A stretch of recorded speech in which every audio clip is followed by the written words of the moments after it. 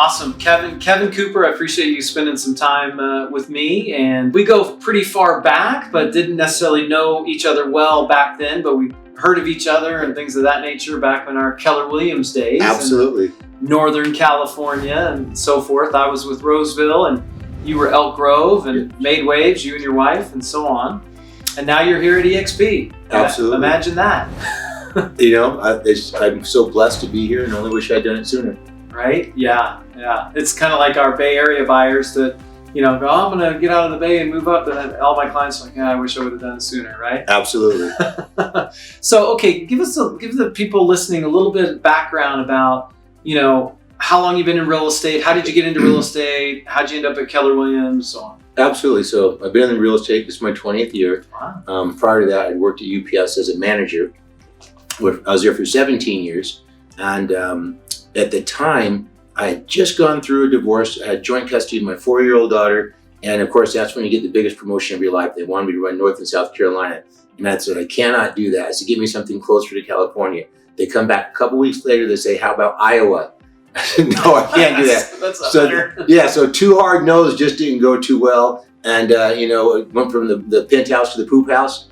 And I thought, well, let me try something else. So I went ahead and started selling real estate, got licensed, quit UPS January 23rd of 2003 and started real estate the very next day. And came in and I just made sure I worked as hard for myself as I did for, my previous employer. Nice. And so my start time there was 4 a.m. So I started real estate at 4 a.m. Really? And it was crazy. I started at a Prudential office and I'd go in, it'll be pitch dark. I had to find out where the lights were. And, people were like, what are you doing at 4 o'clock in the morning? I said, I'm working. I was getting people's attention by sending their emails. And when everyone else came in the office, I was actually out of the office and in front of my clients and had good success early on doing it. But it was funny because I was pretty highly compensated as a manager with UPS. And I remember the 4th month in the business, I made more in a month than I made in a year. Oh, wow. After being there for 17 years. And it kind of blew my mind.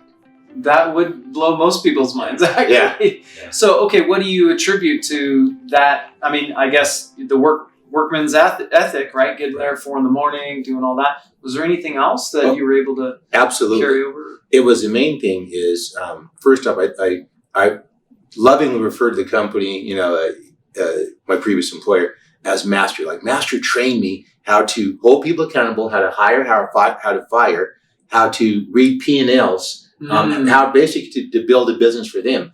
And very lovingly, they paid for my undergraduate degree and my master's degree. So I took all that information that all the investment they invested in me, and I made sure I used it. And then what I did on top of that, because I felt I was 17 years behind in this business, I decided I was going to read a book every single week that was either real estate, finance, or mortgage related. And so every single week, I didn't watch TV. I would just read a book. It could be 100 pages or 500 pages. It didn't matter. I was going to read it and finish it in a week. And so I said I was going to do that for the first year. I ended up doing it for the first 2 years. Wow. And so, and to this day, I still read 2 to 3 books at a time. At a week? Yeah. Well, right now, usually 1 a week. Yeah. Wow. So you're doing 52 plus books a year. Amazing. Yeah. And it's funny, the books changed because when I started, they were all technical books, technical on how to sell real estate or do financial loans. Now it's more mindset and goals, and you go through different seasons of your life and things happen. And so now I really learned from this one book, everything I was focusing on was external. Now I'm really looking at the internal things, looking at myself, and sometimes that can be uncomfortable. Yeah. Absolutely. I was like, do I really like myself? Right. I think I'm a good guy, but then when you really have to spend time by yourself and you look at it, you say, wow, I could do things better. And so that's where I think my growth is coming now from that. That's awesome.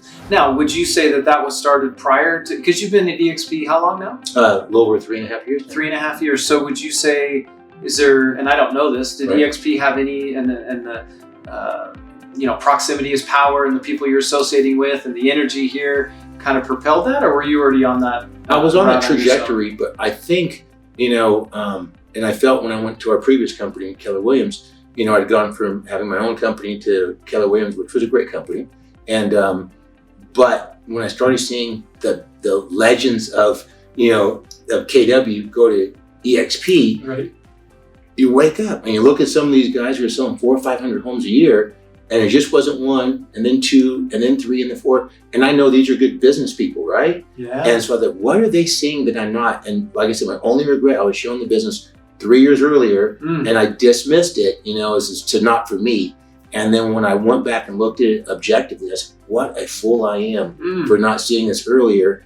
And then just looking at, the different paths in terms of revenue stream that we have in front of us, it's amazing. So basically for doing the same thing, I'm compensated several different ways. I know. And I have a much different result. Yeah. So it was just, to me, it was a no-brainer once I opened my mind and was receptive to just listening.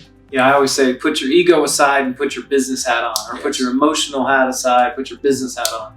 And once you do that, it's hard. I mean, you kind of, as we say, once you see it, you can't unsee it, right? That's the truth. That is the truth. And there's nothing else like it. I think it's going to be often imitated, never duplicated. People are trying to do things, but man, we're so far out ahead of everybody, they're never going to catch us. I know. So, Keller Williams, you were in office that one of my business partners, Don Yoakum, created and built and what have you. You were offered the team leader position. You looked at it and said, no, I'll pass, right? That was a very interesting time in that company in regards to metrics, you know, and what was it, gross 10, net 5, and, a few people met that. I mean, it was all about numbers and so on. So, and I think your wife did it, right? If I'm not, for like 30 days. 30 days, I told her, don't do that. This? Yeah. And it was nice because they offered me the job, and then they said, well, hey, we'll just get her. And I mean, she's very talented. Yeah. And I just saw the pressure it was putting on her. And things just weren't set up. I mean, she was having to put things on her personal credit card because there was so much chaos at that time. I said, that's not how you run a company. I said, no, we're not going to do this. Okay. All right. And so 3.5 years ago, eXp, what was the aha, in the moment? And then was it a quick decision and quick action, or was it like most agents, because you and I are both attracting agents all over the nation, where they go, it's that fear of change, right? It was the fear of change, but I had already made up my mind I was going to leave Keller Williams. Oh, okay. And it wasn't for anything other than I just felt I had outgrown it. If that sounds crazy, because, there's a lot of opportunity for growth there. But I'm seeing the elite of the elite coming to eXp. And so when I went ahead and I looked at, there was another company I looked at, and we signed a contract, we're going to go forward. And they, on several occasions, made false statements, false promises, I should say, over promised, under delivered. So we unplugged that. But in the meantime, we'd signed a lease for a place, and we were in the middle of a build out. It was costing about $50,000 to build it out that the company was going to pay. But once we pulled the plug, we said, that's fine, I'll finance it myself. So during that interim, I looked at every company out there that was viable. And I looked at Remax, Coldwell Banker. I mean, I talked to everybody, literally going and interviewing. And then when I really looked at eXp, I said, man, this sounds too good to be true. And that was the whole problem and why I didn't come originally. It sounds too good to be true, but it's not. It's not. It's better than you think. And it was hard to get my mind around this company that didn't have a physical location. Right. But there's more community here than any place I've ever been. I tell people the same thing. There's people, agents that you call before, even when we worked for the same company at KW, I'd call them and you wouldn't get a call back necessarily. Now with this company, they'll call you back immediately. They'll pick up on the first ring.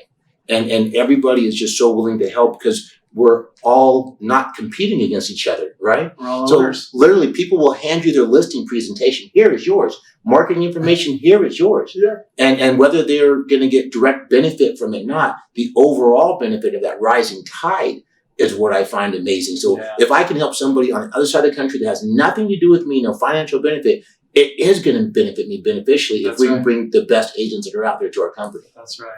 That's so. I was going to tell you, hey, speak to the agents out there because they're going to look, be looking at this. This is, I'm going to share this video with agents that are kind of contemplating eXp that we're, my partners and I are attracting and so on. What would be a couple things that you would share to them? And again, these are icon producers. Yes. These are production team leaders. These are Keller Williams team leaders and real estate coaches. Well, I'd say set your ego aside. Really look at it. Look at the numbers, look at the opportunities. It's like, with other companies, you'd have boundaries on where you can grow. There are no boundaries to where we can grow. We're opening up territories all the time. If you're saying, okay, I just want to sell houses, there's nothing wrong with just selling houses. But along the way, You're going to get compensated through programs like the ICON program. There's stock allocations, there's revenue share, there's just multiple streams. We all know when we're at another company, you have a single stream of revenue. Here, you immediately get 3, and actually there's more than that. Yep. There's probably about 8, but without overwhelming you, there's 3 that are just immediate that you get. And so you just keep on just selling houses, and along the way, you have a great transaction with someone. And if you went to a good restaurant last night and you're like, oh, this food was phenomenal, you're going to do the same thing about this company. You're going to say, wow, this is a phenomenal company. And you'll just tell somebody, and they can do the heavy lifting for you and attract that agent on over. And that's the whole thing about it, getting the highest quality agents over here. And if you're interested in it, just be open-minded to it. Listen to the person who's talking to you about it. There's always somebody else. You can talk to any of us and then make a good business decision. I think once you get the pen to the paper, there's not a better deal out there. Yeah. And you know what I liked about it is that whether you're the top producing agent or just a normal production, we're all treated the same when we come over, in so much as, you know, how we're compensated, right? Yeah. They don't, someone who's a multi-$100 million producer is treated pretty much the same as someone who's a $5 million producer. And that's what I liked about that. Yeah, that's so awesome. And I appreciate you taking the time out of your busy day with Absolutely. us. That's a so pleasure. much. You're Anything awesome. I can do. And I'll say back to you all, if it sounds too good to be true, it's true. It really is good. And don't fall into that trap that you're thinking, man, or all the things that someone else has told you. I've heard this before. If you're going to buy a Ferrari, don't go to Ford to find out about a Ferrari. Come talk to the Ferrari and find out. Maybe even let you drive the Ferrari. That's what I would say. Right. Drive the Ferrari. Worst comes to worst, if you came over and it was a horrible mistake, which it won't be, you think your company wouldn't take you right back. They'd open up the doors. They'd roll out a better deal. Exactly. Probably you get the corner office. So, but I think you'll come back and be like the most of us. You'll get hooked, and it's just a blessing. It really is. That's awesome. Thank you so much again. Absolutely. Thank you. Yeah, thank you.